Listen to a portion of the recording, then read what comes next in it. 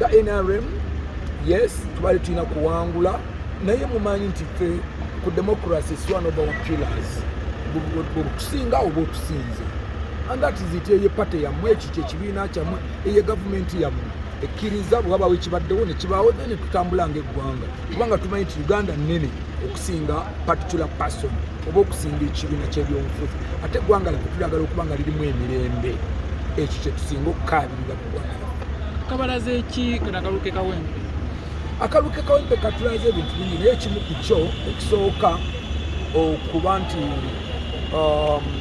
we must look ku nsonga y'abavubuka obuvubuka is a big factor mu bulu bwaffe bwonna n'ensonga endala ebintu bino ebimu tetagemu bikolako nga bukyali naddala challenges eziri mu bitundu nkulu nnyo okuzikolako nga bukyali kubanga mu byonna okuwangula kalulu kisinzira candidate gwe mulina resources ze mulina message gye mulina tubadde with the best message tubadde with the best candidate but what ekuba timing eriwo ebadde bwetu naye ekimu kisinza okunkakisa nti omuyaga gukendedde nnyo okuva we gwali olaba nga tubadde peaceful tubadde ne bali 13 mu kawempe tuzikoze bulungi zonna tetukilashinze tubadde temulabye obukubagano wakati w'abawagizi n'abawagizi era obukubagano obadde bulabika bubaddewo wakati medde abantu nga boogera bino byabaddewo kubakuumaddembe ne kubamu kwa political players naye nze ndi very happy nti wabaddewo okukubagana kwonna nga tusinkana nga bano bali mu red ffe nga tuli mu yero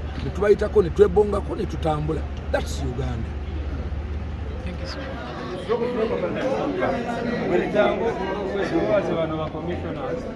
Despite all the problems, at least there was thank you. Thank you very much.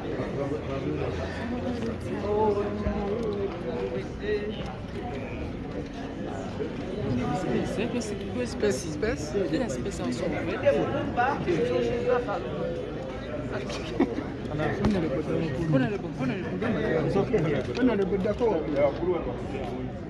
abakwasa obuwanguzi bwe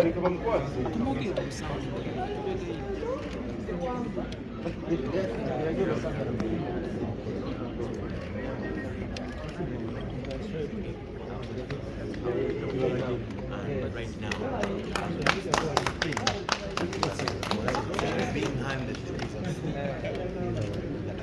People power.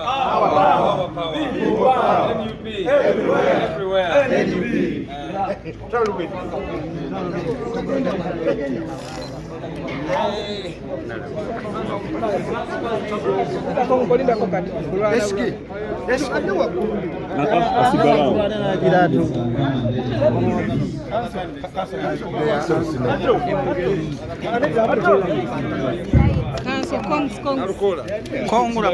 Kongura.